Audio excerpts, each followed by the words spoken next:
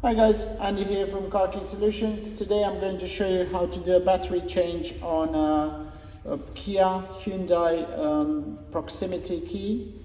This particular key we found used for models starting from 2010 up until 2014 even.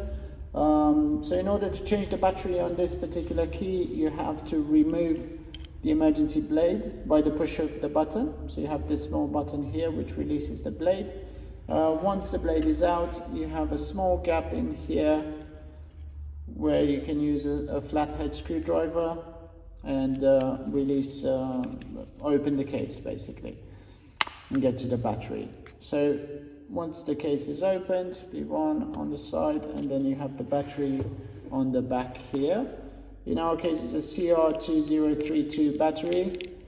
When you remove the battery and you put the fresh one in, please make sure you put the positive side of the battery facing the back of the key.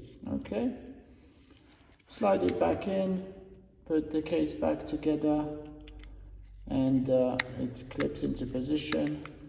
After that, we have to add the emergency blade and our key is ready to go. Thank you very much for watching our video. Please subscribe to our channel, and if you do have any questions, please leave us a comment below. Have a good day.